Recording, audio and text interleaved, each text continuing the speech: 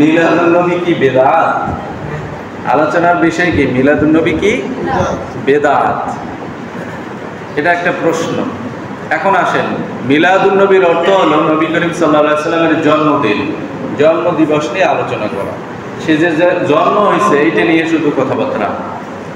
আর সিরাতুন নবী এর অর্থ হলো নবী করিম সাল্লাল্লাহু আলাইহি সাল্লামের 63 বছরের জীবনী টোটাল। এটার ভিতর ব্যক্তি জীবন, পারিবারিক, সামাজিক, রাজনৈতিক, নবুয়ত, মক্কি, মাদানী সব এটার ভিতর আছে। এটা হলো নবীজির গোটা জীবনী। আর মিলাদুন্নবী মানে খালি নবীর জন্মদিন পালন করা। কি করা? জন্মদিন পালন করা, জন্ম নিয়ে যেই ঘটনাগুলো আছে ওইগুলো বলা। আর সিরাতুন নবী মানে টোটাল তার লাইফটা নিয়ে আলোচনা করা। বুঝে আসছে? মাউলিদুন নবী অথবা মিলাদুন নবী, শেষ নবীর জন্মদিন, এই সমস্ত বিষয়ে শেষ নবীর যে জন্মদিন পালন করা যাবে কিনা, 12ই রবিউল আউয়াল একটা অনুষ্ঠান করা, খিচারির আয়োজন করা, তারপর মিষ্টির ব্যবস্থা করা, এগুলো করা যাবে কিনা এটা নিয়ে বিজ্ঞ ওলামায়ে কেরামদের ভিতর অনেক মতানৈক্য আছে। কি আছে? কথা বলেন। মতানৈক্য মানে মতবিরোধ আছে। তবে আমরা মোদ্দা কথা এতটুকু বলতে পারি যে প্রচলিত মিলাদ কিয়াম মানে আল্লাহ রাসূলের জন্মদিন, 12ই রবিউল আউয়ালের যে জন্ম অনুষ্ঠান পালন করা হয়, জন্মদিনটা, এটা আল্লাহ রাসূল কোনোদিন পালন করেন নাই, সাহাবায়ে কেরাম কোনোদিন পালন করেন নাই। তাবি মানে সাহাবীদেরকে যারা দেখছে তারাও কোনোদিন পালন করেন নাই। তাবি মানে তাবিদেরকে যারা দেখছে তারাও পালন করেন নাই। তাহলে এটা আসলো কোথা থেকে? আসছে 604 হিজরি।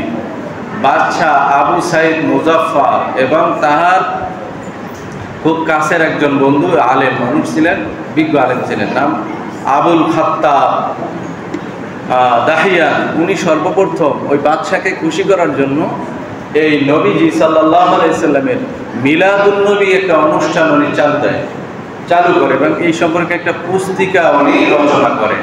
তো বাদশা খুশি হয়। এরপর থেকে যেমন উনি দেখতেছে যে খ্রিস্টানরা যিশু খ্রিস্ট মানে ঈসা আলাইহিস সালামের বড়দিন পালন করে, জন্মদিন পালন করে, তাইলে ওই বাদশাহ, ইরাকের বাদশাহ, সে হলো ফাতিমীয় বংশধর, মানে ফাতিমীয় অনেক বাদশাদের ভিতরে উনিও একজন, মুজাফফর।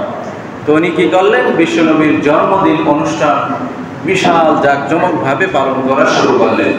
সেই থেকেই সেই মিলাদুন্নবী। এরপর আবার মিলাদ আলাদা হয়ে আমাদের যে কোনো সময় মিলাদ অনুষ্ঠান হয়ে গেছে, কিন্তু এটা আগে বছরে একবার শুধু 12ই রবিউল আউয়াল হইতো। পরে এটা যার যে কোনো প্রয়োজনে দোয়া অনুষ্ঠানটা মিলাদ অনুষ্ঠান এই নামে চলে আসছে। তাহলে যেটা আল্লাহ রাসূল, সাহাবায়ে কেরাম, তাবিঈন থেকে সরাসরি কোনো আমল পাওয়া যায় না, সেটার উপর আমল না করা কি কথা কয় না, আমল না করা কি ভালো। তবে এটা নিয়ে ব্রাহ্মণবাড়িয়ায় একজন না দুইজন নিহত, ব্রাহ্মণবাড়ি না কিশোরগঞ্জ, এবং 30 জনের মতো আহত মারামারি কইরা। এগুলোর কোনো দরকার নেই, এগুলোর কি দরকার নেই। এখন বলবেন হুজুর তাইলে মিলাদুন্নবী বা সিরাতুন্নবী এর অনুষ্ঠান কি করাই যাবে না? একদম করা যাবে না, সেটাও না। আপনি দিন যদি ফিক্সড না থাকে, আপনার 12ই রবিউল আউয়াল বা জন্মদিনেই করতে হবে না, আল্লাহ রাসূলের জীবনী, সেটা মিলাদুন্নবী হবে না, নামে হবে না, হবে সিরাতুন্নবী। কি নামে হবে? সিরাতুন্নবী মানে আল্লাহ রাসূল সাল্লাল্লাহু আলাইহি ওয়াসাল্লামের টোটাল জীবনী নিয়ে আপনারা আলোচনা করবেন। সেটা যে কোনো দিন হইতে পারে, আজকে হইতে পারে, 6 মাস পরে হইতে পারে, 1 বছর পরে হইতে পারে, যে কোনো দিন যে কোনো সময় আলোচনা হবে। 12ই রবিউল আউয়ালে যদি করতে হবে সেটা বেদাত হবে। কিন্তু আপনার যে কোনো দিন আপনি যদি বলেন, আমি যদি বলি আপনারা বসেন, নবীজির জীবনী নিয়ে আলোচনা হবে, আপনারা শুনবেন, নেক হবে না গুনাহ হবে? সওয়াব না গুনাহ? কথা সওয়াব হবে। কিন্তু আপনি যদি ফিক্সড করেন যে 12ই রবিউল আউয়ালই করতে হবে, তাহলে বেদাতের দিকে চলে যায়। আপনি সেটা না করে আপনি যে কোনো দিন করেন, কিন্তু নাম থাকবে কি? কথা কয় না, নাম কি? সিরাতুন্নবী। মিলাদুন্নবী এবং সিরাতুন্নবীর ভিতরে ডিফারেন্স বুঝছেন তো ইনশাআল্লাহ। এখন আসেন, নবী সাল্লাল্লাহু আলাইহি সাল্লাম সে কবে থেকে নবী? সে কি এই 1400 বছর আগে জন্মগ্রহণ করছে তখন থেকেই নবী? হাদিস কি বলে? আল্লাহ রাসূল সাল্লাল্লাহু আলাইহি সাল্লাম বলেন, আদম আলাইহিসসালাম তার অবস্থান যখন ছিল কাদা মাটির ভিতর, তার শরীর যখন লুটুপুটি খায়, মানে এখন শরীর তৈরি হইতেছে, বানাইতেছে, রূহ এবং শরীর এটা এখনো আলাদা, একসাথে হয় নাই। তখন থেকে বিশ্ব নবী সাল্লাল্লাহু আলাইহি সাল্লাম খাতামুন নবীন, শেষ নবী। এই যে আলোচনাটা আপনারা শুনলেন, এটা হাদিস থেকে, এটা শুনলেন সওয়াব হয়েছে না গুনাহ হয়েছে? এটাই নবীর সিরাতুন নবী, এটাই কি নবীর। এটার দলিল কি? তিরমিজি শরীফের হাদিস 3609, হিব্বান সহিহ ইবনে হিব্বান 14 নম্বর খণ্ড 313 নম্বর হাদিস, আহমদ শরীফ 4 নম্বর খণ্ড 227 নম্বর পৃষ্ঠায় হাদিসটা পাবেন। এখন আসেন, রাসূল সাল্লাল্লাহু আলাইহি সাল্লাম কবে জন্মগ্রহণ করছেন এই তারিখটা নিয়ে মতবিরোধ আছে, কিন্তু কোন দিন কি বার জন্মগ্রহণ করছেন এটা নিয়ে মতবিরোধ নাই। রাসূল সাল্লাল্লাহু আলাইহি সাল্লাম বলেন, আমি সোমবার জন্মগ্রহণ করেছি, নবুয়ত লাভ করেছি ও সোমবার, ইন্তেকাল করেছেন ও সোমবার, হিজরত করেছেন ও সোমবার। হাজরে আসওয়াদ একটা পাথর, ছোটবেলায় যখন মক্কা কাবা নির্মাণ হয় তখন এই পাথরটা উত্তোলন করেন আল্লাহ রাসূল, ওটাও ছিল সোমবার। যেটা বলি আলহামদুলিল্লাহ। নবুয়ত প্রাপ্তির আগে, এটা অনেক বক্তায় ঘটনাটা বলে যে ছোট সময় আল্লাহ রাসূল সাল্লাল্লাহু আলাইহি সাল্লাম তখন কাবাঘর যখন নির্মাণ হয়, জনাবে মুহাম্মদুর রাসূলুল্লাহ সাল্লাল্লাহু আলাইহি সাল্লাম তখন কাবাঘর নির্মাণে কুরাইশদের বড় বড় লিডাররা কাবাঘর নির্মাণ করতেছিলেন। তো মুহাম্মদ সাল্লাল্লাহু আলাইহি সাল্লাম উনিও কাবাঘর নির্মাণে সহযোগিতা করছেন, যেহেতু উনি কুরাইশ। তখন আব্বাস রাদিয়াল্লাহু তাআলা, নবীর চাচা, তাকে বলতেছে, হে মুহাম্মদ সাল্লাল্লাহু আলাইহি সাল্লাম, তুমি কি করো, তোমার পরনের লুঙ্গিটা খুললা কাঁধে দাও, কাঁধে দিয়া তারপর পাথর বহন করো, নাইলে তুমি তোমার এই কান্দায় ব্যথা পাবে, এখানে ছাল উঠতে যাবে, বিভিন্ন কষ্ট হবে। তো উনি এই কথা বললে নবীজির লুঙ্গি খোলা শুরু করছে, ছোট সময় কিন্তু। আল্লাহ রাসূল সাল্লাল্লাহু আলাইহি সাল্লাম এই লুঙ্গি খোলা শুরু করতে পারে, উনি বলতেছে আপনি আমার লুঙ্গি খুললেন। এই কথা বললেই সে বেহুশ হইয়া জমিনের মতো ভুলে গেছে। সুবহানাল্লাহ। একদম ছোট বাচ্চা, তখন তো নবুয়ত তো দূরের কথা, আর আরবে তো তখন খুব অভাব, কাপড় চোপড়ের অভাব ছিল। কিন্তু আল্লাহ রাসূল তার সতরকে ঢেকে রাখার জন্য, লজ্জাল হায়াউ শাওবাতুম মিনাল ঈমান, লজ্জা হইল ঈমানের অঙ্গ, এই জন্য শরীরকে সতরকে ঢেকে রাখা, উদাম গায়ে না করা। বুঝা আসছে ইনশাআল্লাহ? তাহলে এর দলিল হইল বুখারী 5282। তো এখন আসেন, একটা প্রশ্ন, আল্লাহ রাসূল সাল্লাল্লাহু আলাইহি সাল্লাম ইন্তেকাল যখন করছেন তখন তার কষ্ট হয়েছে কিনা? আমাদের অনেক বর্ণনা এমন পাওয়া যায় যে মৃত্যুর সময় এমনভাবে মৃত্যু হবে যে পিঁপড়া একটা কামড় দেওয়ার মতন, কোনো টেরই পাবে না। কিন্তু অন্য বর্ণনায় দেখা যায় আল্লাহ রাসূল সাল্লাল্লাহু আলাইহি সাল্লাম তার মতো মহামানব তো দুনিয়ার আসে নাই, আর আসবেও না। সে বিশ্ব নবী সাল্লাল্লাহু আলাইহি সাল্লামের ইন্তেকালের সময় কষ্ট হয়েছে অনেক। তাইলে আম্মা জান আয়েশা রাদিয়াল্লাহু তাআলা বলেন, রাসূল সাল্লাল্লাহু আলাইহি সাল্লাম যে রোগে ওফাত হয় তখন তিনি বলতেন যে, হে আয়েশা, আমি খাইবারে যে বিষযুক্ত খাবার খেয়েছিলাম সেই যন্ত্রণা এখন আমি অনুভব করতেছি। সুবহানাল্লাহ বলেন। যে উনি বলতেছেন যে আমার যে রগগুলো, শিরাগুলো মনে হয় যেন ফেটে যাইতেছে, এত কষ্ট। উনি মাঝে মাঝে একটা পানির বাটির ভিতর থেকে হাত এরকম নিয়ে উনি নিজের চেহারা মুছতেছিলেন। মৃত্যুর সাকারাতুল মউতের যে কষ্ট, সেটার কথা বলা হচ্ছে। নবীর যদি এত কষ্ট হয়, আমি তো আল্লাহ রাসূল, মানে আল্লাহ রাসূলের হুকুম আহকাম সেভাবে পালন করি না, তাইলে আপনার আমার সাকারাতুল মউতের কেমন কষ্ট হবে? আল্লাহ পাক হেফাজত করুক বলে আমিন। বুখারী 4228 নম্বর হাদিস। এখন আসেন, বিভিন্ন বর্ণনা থেকে পাওয়া যায় আল্লাহ রাসূল সাল্লাল্লাহু আলাইহি সাল্লাম অনেক সময় ইহুদিদের বাড়িতে খাবার খাইছেন। এই যে যেই গোশতের ভিতরে বিষ মিশাই দিছে, যে ইহুদি নারী, উনি ছিল একজন ইহুদি, দাওয়াত দিছে, আল্লাহ রাসূল তার বাসায় গেছেন। অসংখ্য বর্ণনা আছে, বিধর্মী অমুসলিমের বাসায় তাদের দাওয়াত কবুল করছেন এবং তাদের পাক্কারা খাবার আল্লাহ রাসূল কি করছেন? কথা কয় না, আল্লাহ রাসূল কি করছেন? খাইছেন। এখন একটা প্রশ্ন আছে, হুজুর, হিন্দুরা যদি দাওয়াত দেয় বা হিন্দুদের হোটেলে যাইয়া খাওয়া জায়েজ আছে কিনা? প্রশ্ন আছে না নাই?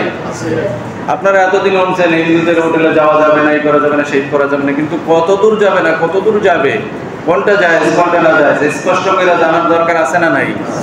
এখন আসেন, গভীর মনোযোগ, ভালো করে খেয়াল করেন। হিন্দুদের বাড়িতে বা দোকানে যাওয়া যাবে কিনা এ সম্পর্কে কোরআন এবং হাদিস থেকে বর্ণনা, সেটা হইল কারো বাড়িতে আপনি কোন বাড়িতে খাইলেন, কোন স্থানে খাইলেন, সেটা মুখ্য বিষয় না, সেটা কি মূল বিষয় না।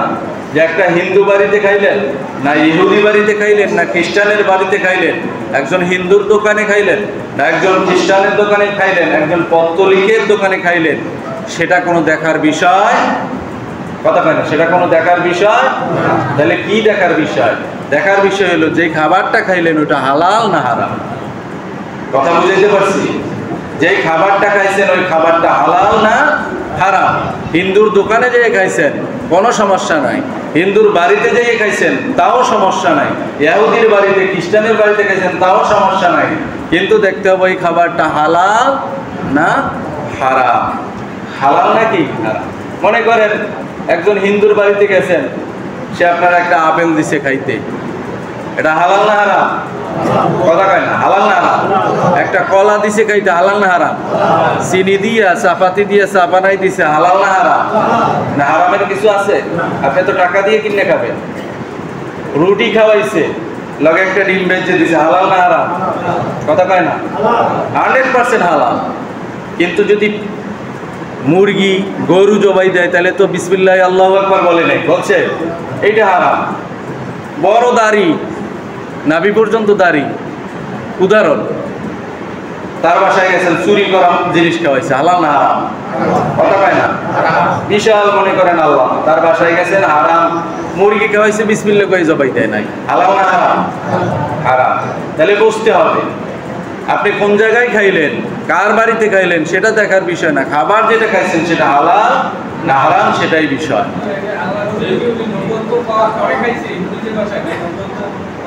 নবুয়ত পাওয়ার পরে খাইছে, সেটা আমি দলিল দিতেছি। জি,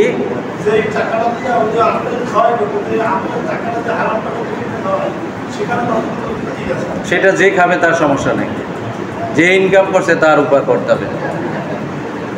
বুঝে আসছে? একটু খেয়াল করেন। হ্যাঁ বলেন। সৌদি দেশে আমার 17 ভাই বাবা। আচ্ছা, আমার আলোচনা শেষে কারো যদি প্রশ্ন থাকে, আমার আরো একটু আলোচনা আছে, এটা শেষ করলে আপনাদের আরো ক্লিয়ার হবে। একটু খেয়াল করেন, একটু খেয়াল করেন। সেটা হলো এক ইহুদি নবী করিম সাল্লাল্লাহু আলাইহি সাল্লামকে, একজন ইহুদি কে নবী করিম সাল্লাল্লাহু আলাইহি সাল্লাম রুটি ও চর্বি জাতীয় খাবার খাওয়ার দাওয়াত দিয়েছেন, আর নবী করিম সাল্লাল্লাহু আলাইহি সাল্লাম তার দাওয়াত গ্রহণ করে সাড়া দিয়েছেন। মুসনাদ আহমদ 13,860 নম্বর হাদিস। এই হাদিসে আসছে কি, আল্লাহ রাসূলকে একজন ইহুদি দাওয়াত দিয়েছেন রুটি খাইতে, আর কি জবের রুটি, আর হইলো চর্বি জাতীয়, সেটা কোন পশুর চর্বি সেটা হাদিসে আসে না, যাই হোক চর্বি জাতীয় দিয়ে একটা তরকারি পাকাইছে, তা আল্লাহ রাসূল সেই দাওয়াত গ্রহণ করছেন এবং খাবার খাইছেন। 13,860 নম্বর হাদিস। দ্বিতীয় দলিল, ইহুদি নারী নবী করিম সাল্লাল্লাহু আলাইহি সাল্লামকে বিষ মিশ্রিত বকরির গোশত যে খাওয়াইছেন, নবী করিম সাল্লাল্লাহু আলাইহি সাল্লাম সেখান থেকে কিছু অংশ খাইছেন, কিন্তু তখন বিষক্রিয়া তার হয় নাই, কারণ আল্লাহর নবী থাকার কারণে, কিন্তু মৃত্যুর সময় সেই যন্ত্রণাটা সে ভোগ করছে। এর দলিল হইল বুখারী শরীফের 2617 নম্বর হাদিস, মুসলিম শরীফের সহিহ মুসলিম 5598 নম্বর হাদিস। অতএব হিন্দুদের ঘরে খাবার খাওয়াতে কোনো অসুবিধা নেই, তবে তাদের জবাইকৃত পশুর গোস্ত কিংবা দেবদেবীর নামে উৎসর্গীকৃত কোনো খাবার খাওয়া যাবে না। যেমন দেবদেবীর নামে একটা নারকেল সামনে দিচ্ছে, তারপর ওই যে প্রসাদ, এই জাতীয় কোনো খাবার দেবদেবীর নামে যদি উৎসর্গ করা হয় ওই খাবার খাওয়া যাবে না, এবং যেটা তারা আল্লাহর নাম ছাড়া অন্য কোনো নামে জবাই করা হয় ওই খাবার খাওয়া যাবে না। এবং হারাম বা অপবিত্র কোনো জিনিস এই খাবারের ভিতর সংমিশ্রণ হয়েছে, এটা যদি আপনার ধারণা থাকে তাহলে সেটাও খাওয়া জায়েজ নেই। মানে আপনি যদি মনে করেন, এর একটা প্রচলিত আছে আমি জানি না, অনেকে নাকি মিষ্টি বানানোর সময় পঞ্চ রস দেয়, এটার নাকি গরুর প্রস্রাবও থাকে, আমি জানি না সত্য কিনা। এরকম যদি আপনার সন্দেহ হয়, সেটা যদি প্রবল ধারণা থাকে তাহলে সেখানে সেই মিষ্টি বা ওই জাতীয় দ্রব্য খাওয়া যাবে না। মানে কোনো হারাম সংমিশ্রণ হয়েছে এটা যদি আপনার সন্দেহ থাকে, সেই খাবার খাওয়া যাবে না। তাহলে 3 ক্যাটাগরি আমি পাইলাম। 1 নম্বরে আল্লাহর নাম ছাড়া জবাই দিছে, দ্বিতীয় নাম্বার, এখন আল্লাহর নাম নিয়ে যদি একজন হিন্দু জবাই দেয় সেটাও খাওয়া যাবে না, মুসলমানের জবাই দিতে হবে। কি বলছি বুঝছেন? একজন ইহুদি জবাই দেয় একটা মুরগি, সেটাও কি খাওয়া যাবে না। তাইলে আল্লাহর নাম ছাড়া যদি জবাই দেওয়া হয় সেটা মুসলিমেও জবাই দিলে, মুসলমান ছাড়া জবাই দিলে সেটা খাওয়া যাবে না। এবং তাদের দেবদেবীর নামে যেটা উৎসর্গ করা হয় সেটা খাওয়া, এবং যদি আপনার সন্দেহ হয় এটার ভিতর কোনো হারাম মিশ্রিত করে দিছে তাহলে সেটা খাওয়া যাবে না। রাসূল সাল্লাল্লাহু আলাইহি সাল্লাম তো তিনি তো সবার সাথে মিশে দিনের দাওয়াত দিয়েছেন নাকি? তাইলে এই কারণে দেখা যায় তিনি ছিলেন রাষ্ট্রপতি, অনেক জায়গায় তার যাওয়ার প্রয়োজন হয়েছে। তাইলে অনেক মাসালা আছে যেটা ওনার জন্য জায়েজ আর একজনের জন্য জায়েজ নাও হতে পারে। কি বলছি বুঝছেন?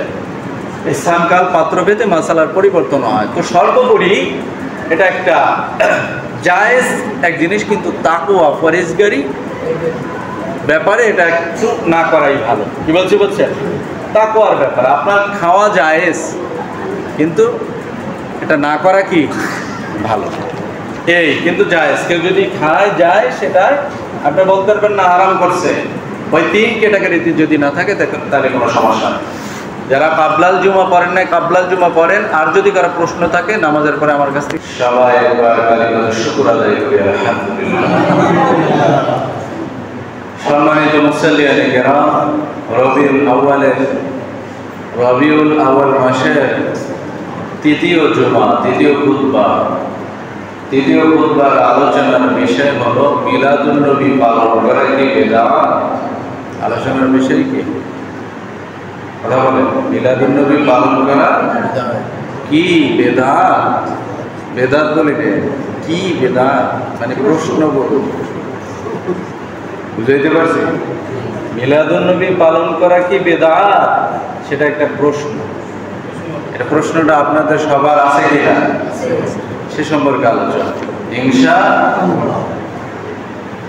এর পূর্বে গত জুমায় আমার আলোচনার বিষয় ছিল কি ভুলে গেছে? কে মনে নেই? হ্যাঁ, নেক কাজ ধরো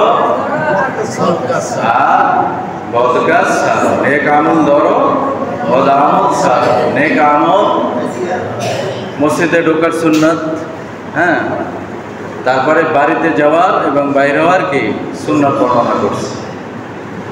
তারপরে আজকের আলোচনা আমি প্রথমে বদ আমল ছাড়ো এবং নেক আমল ধরো এর কিছু আলোচনা রয়ে গেছে, সেটা আমি করব।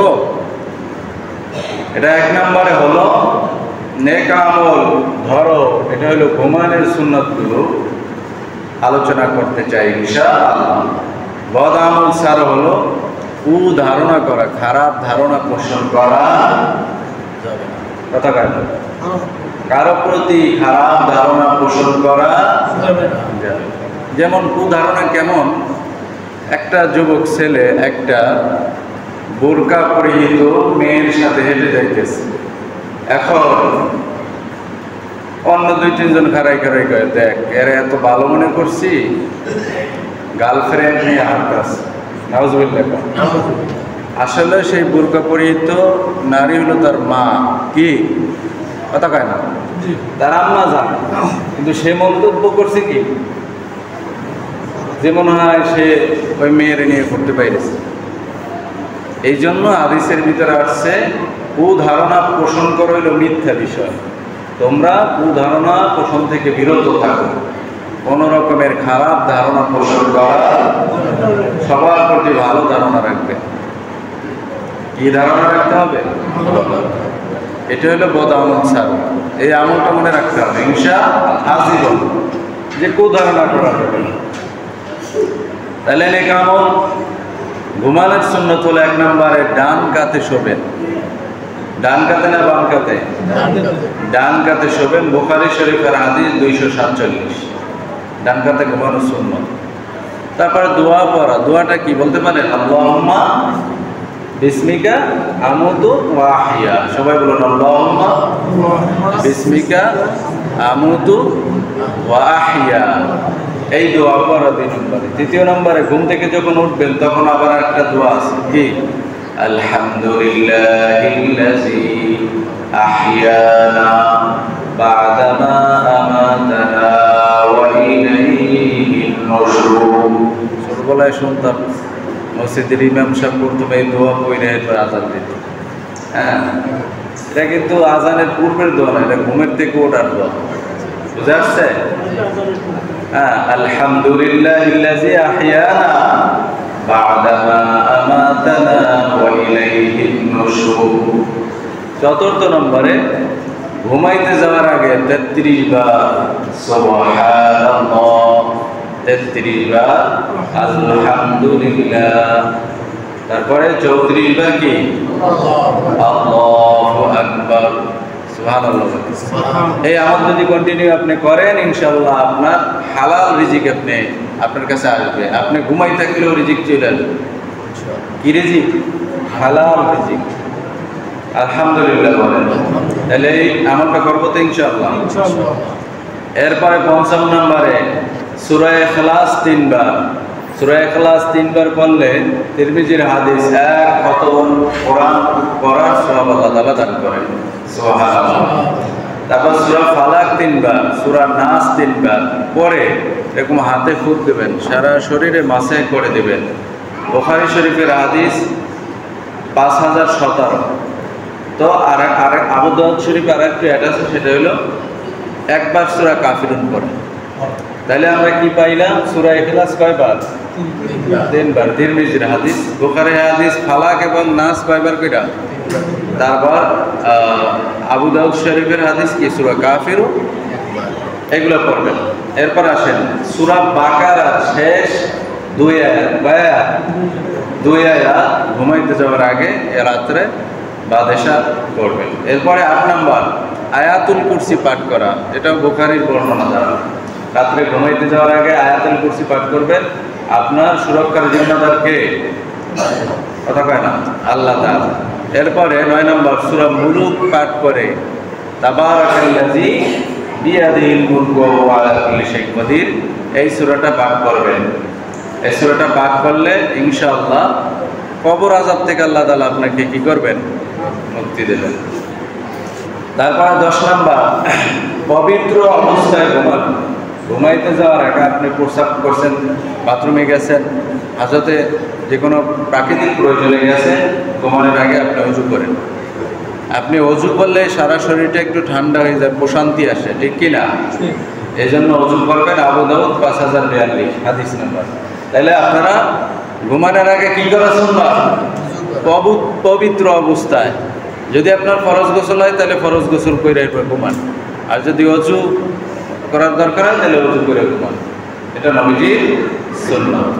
তারপরে আর যদি বেশি সমস্যা থাকে, তাইলে আপনার ফরজ গোসল যদি প্রয়োজন হয় তাহলে আপনি শুধু ওযু কইরাও আপনি ঘুমাইতে পারেন। শেষ রাত্রে আবার আপনার ফরজ গোসল করে ফেলাবেন।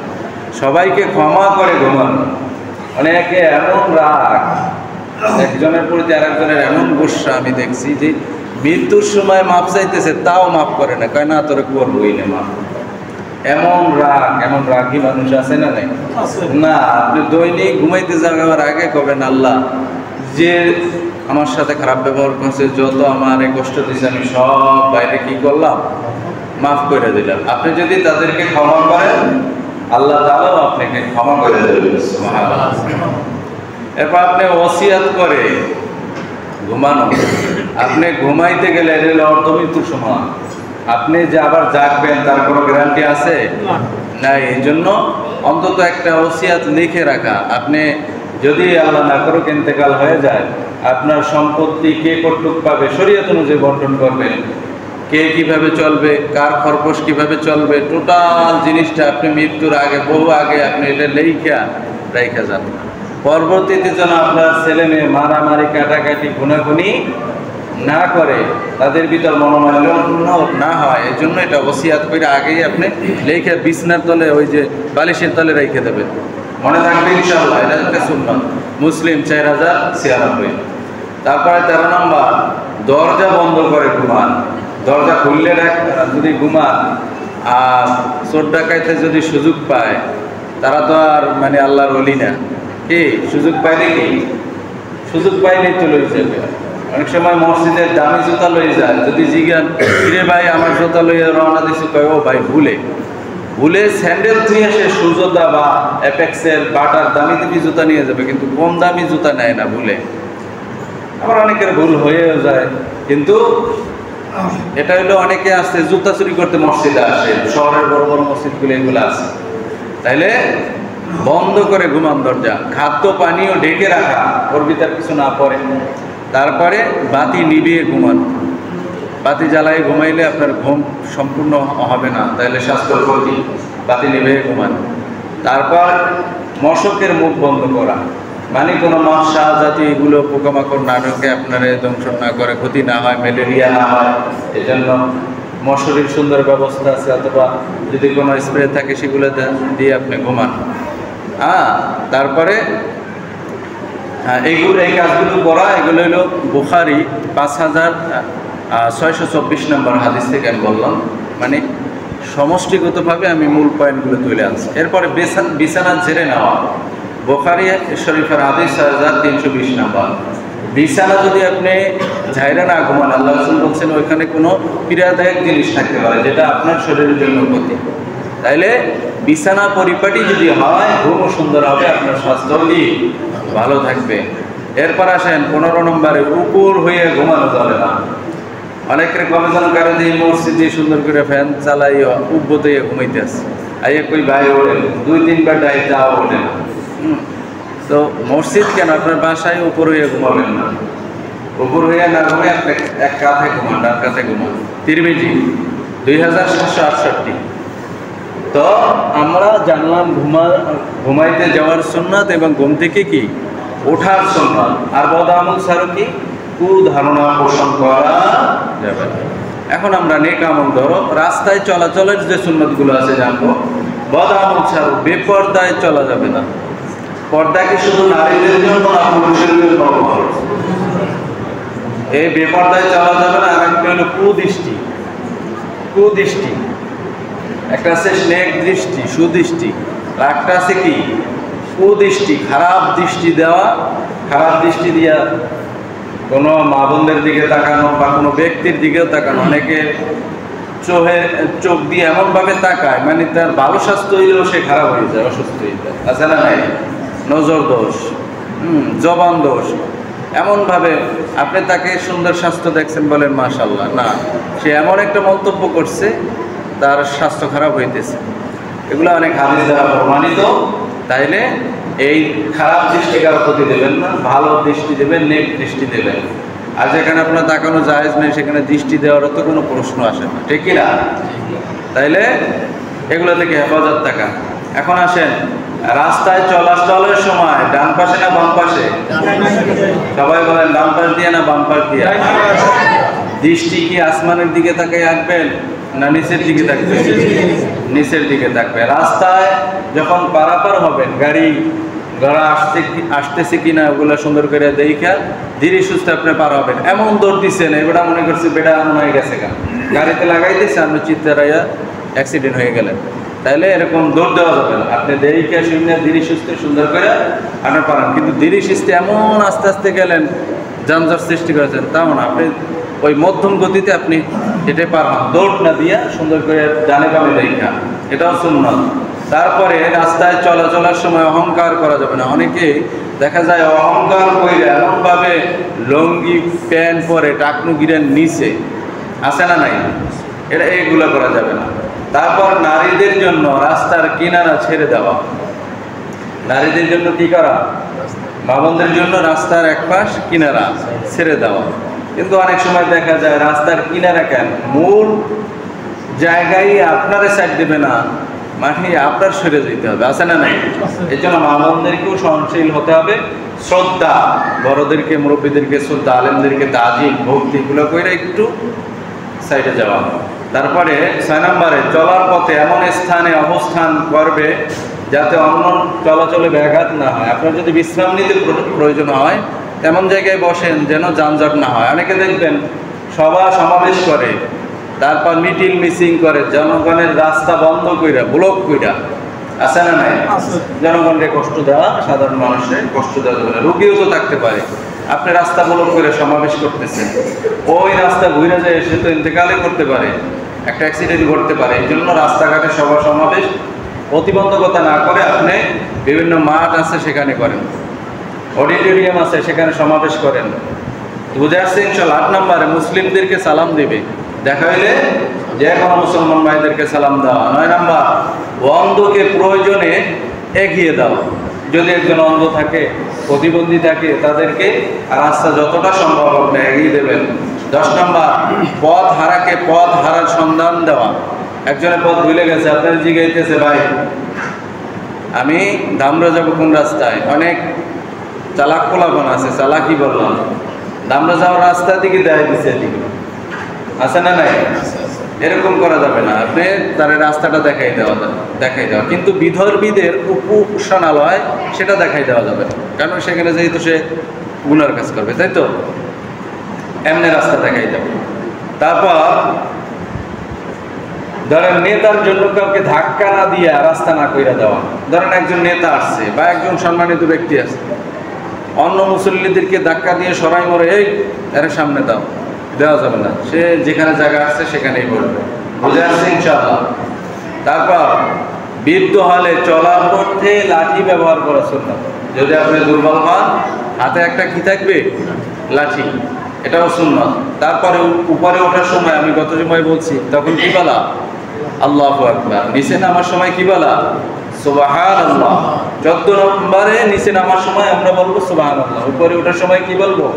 আল্লাহু আকবার। আর সমতলে চলার সময় কি বলবো? লা ইলাহা ইল্লাল্লাহ।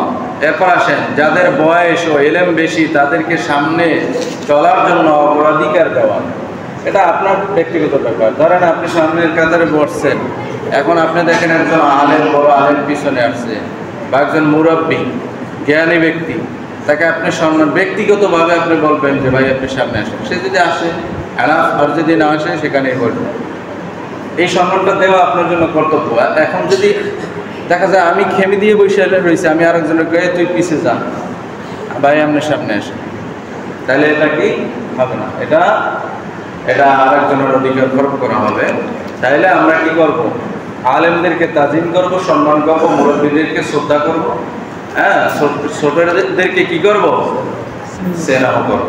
এখন আসেন, আজকের আলোচনার মূল বিষয় কি? মূল বিষয় কি নিয়ে আলোচনা আজকে?